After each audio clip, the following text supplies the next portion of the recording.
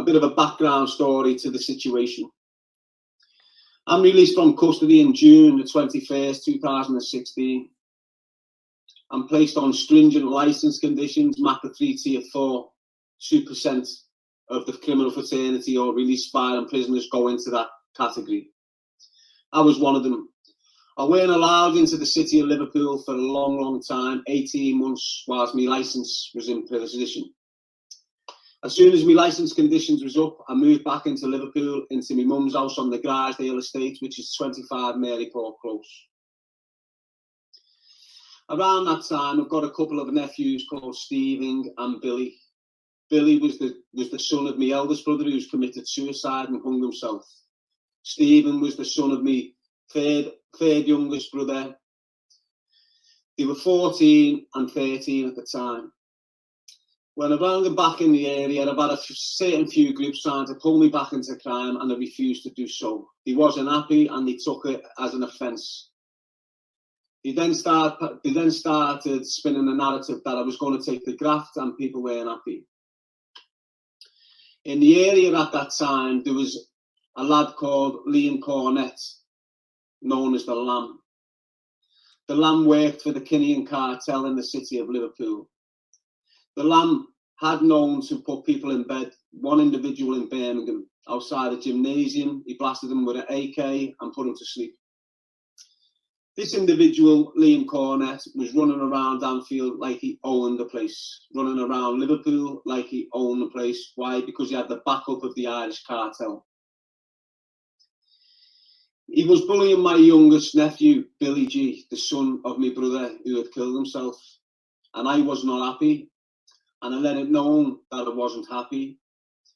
One incident to recognise what happened in this build-up to this shooting and attempt upon my life was when Liam, the Lamb Cornett, and the Eaves brothers grabbed hold of my nephew at 14, held him to the ground and cut his face with a blade, telling him to tell his Uncle Darren that I'm nothing and they're the new men in town.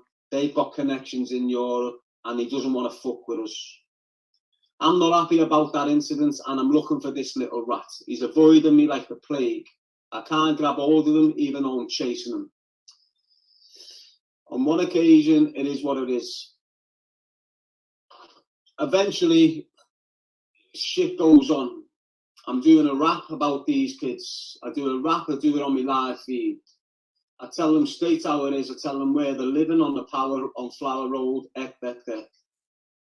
Straight after that rap, straight after I've spat that freestyle up on my live feed on Instagram, my young brother Ian was targeted by the individuals. He was driving around on Robson Street when a car pulled up next to him and let off a firearm, a 45 pistol.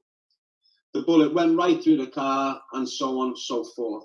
I won't go into depth on that story, but that was the start of a plot to kill me. I sat down with an individual called Kevin Wheatman and his uncle called Thomas Christian. The reason I sat down with these individuals was because my younger brother begged me not to do what I was about to do. I'm fresh out of jail. I've just finished my licence conditions off an 18-year prison sentence. And Ian, the youngest brother, was shook to fuck, knowing what was going to come next. He's begged me to give this Kevin Wheatman, the snitch, a chance. I've said, okay. I've got them into my ma's kitchen, let them know the score, shook hands, and they've left. Within 6 weeks of that, someone came back and tried to shoot me dead. During all this process, Daniel Kinahan appeared into my life. He jumped out the back of a vehicle and told me I need to pack this in to jump on board. I told the cunt to fuck off, and that was that. He's begged me to give this Kevin Wheatman, the snitch, a chance. I've said, okay. I've got them into my ma's kitchen, let them know the score, shook hands, and they've left. Within 6 weeks of that, someone came back and tried to shoot me dead. During all this process, Daniel Kinahan appeared into my life. He jumped out the back of a vehicle and told me I need to pack this in to jump on board. I told the cunt to fuck off, and that was that.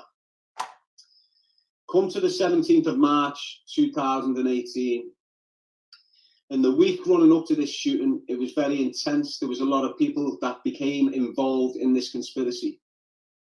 I was aware of a man called Tony Judge, who used to work and still works for a man called a banker called Philly Glennon. Tony Judge supplied the firearm, which was given to Kevin Wheatman and a young man called O'Shea. The firearm came from Daniel Kinahan. On the 17th of March, I'm with an individual that I classed as my brother's best mate, Billy's best mate. His name was Anthony Ferris. I'm with Anthony Ferris all day. We come to the point where I've got to go to my mother's for whatever reason. I'm with Anthony Ferris. I go into my mum's house, I'm doing what I'm doing. Anthony Ferris calls a taxi and comes into the house and says, the taxi's here, we need to hurry up and get in this taxi. He goes out with his missus, sits in the back of the taxi. As I'm coming out the door, two gunmen have pounced with two firearms, thinking Anthony Ferris was me. They start shooting Anthony Ferris and stop dead in the process, and then get away on the mountain bikes. I give chase, but they've gone. Now that's the bottom line of the shooting. Now let's get into why it happened. As you've just heard me say there, the Lamb, Ian Cornett, he was a soldier for the Irish cartel, mainly Daniel Kinahan. He was doing madness around the city and distributing large amounts of drugs for them. I was terrorising this individual. Daniel Kinahan told me to back off him. He got told where to go. He took that as a major insult and went out his way to recruit these individuals to participate in the murder. Kevin Wheatman and O'Shea was recruited because he just got out of prison off a short prison sentence. He's only a young lad. He wanted money. He didn't know what he was getting himself involved with, and he ended up being a gunman for these individuals. Daniel Kinahan and the Lamb used these two kids to kill me. It never happened. They put a lad in hospital, and that's that. On the 18th of March 2008, 17th of March 2018, I'm just doing my daily thing. As I've just said, I come out the house, I'm about to get in the taxi, the gunmen pounce thinking it's me and end up shooting the kid that set me up, Anthony Ferris.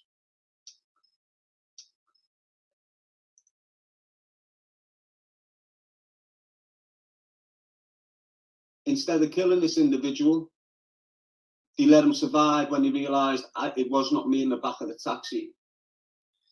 The thing that followed on from that was madness. It just went off its cake.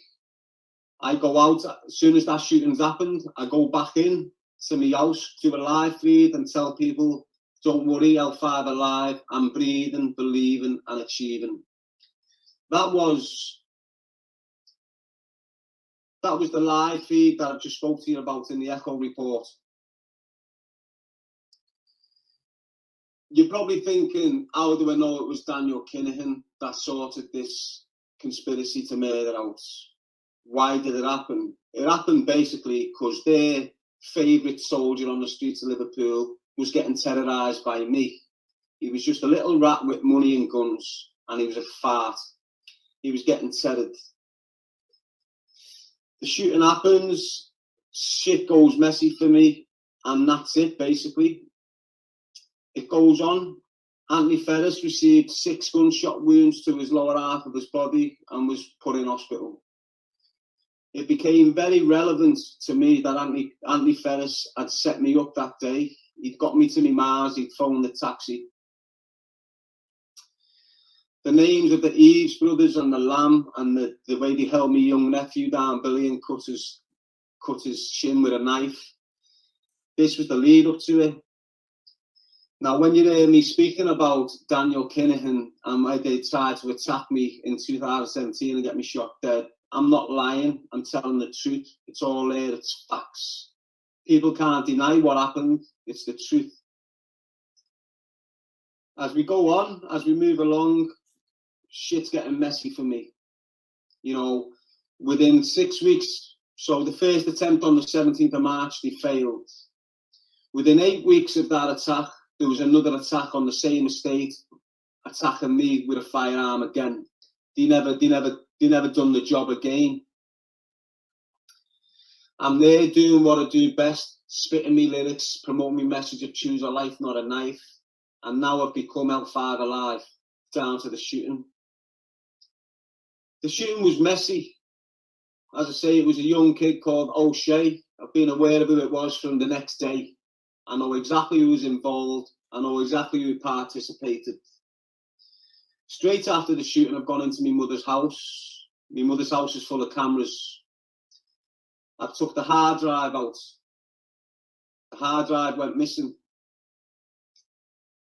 I was arrested for perverting the course of justice, then released without charge.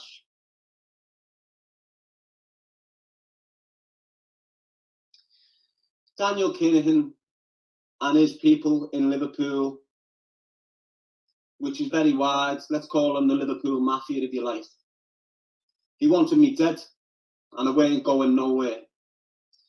For the following year, I was getting attacked, I was getting me flat burnt out, and I was getting told to be quiet and shut your mouth. They started calling me a snitch, they started writing me off, although I never made statements in that attack, even though I knew who it was. I'd like to go deeper. I'd like to go in and give you all the true facts. I'm going to speak about a kid called Tony Judge. Tony Judge is a very quiet individual that makes a lot of money through drug crime. He relocated to Dubai in 2019 because he understood the danger that would come from me. He understood I knew he passed the gun on through Paul Riley into the hands of Kevin Wheatman, into the hands of O'Shea.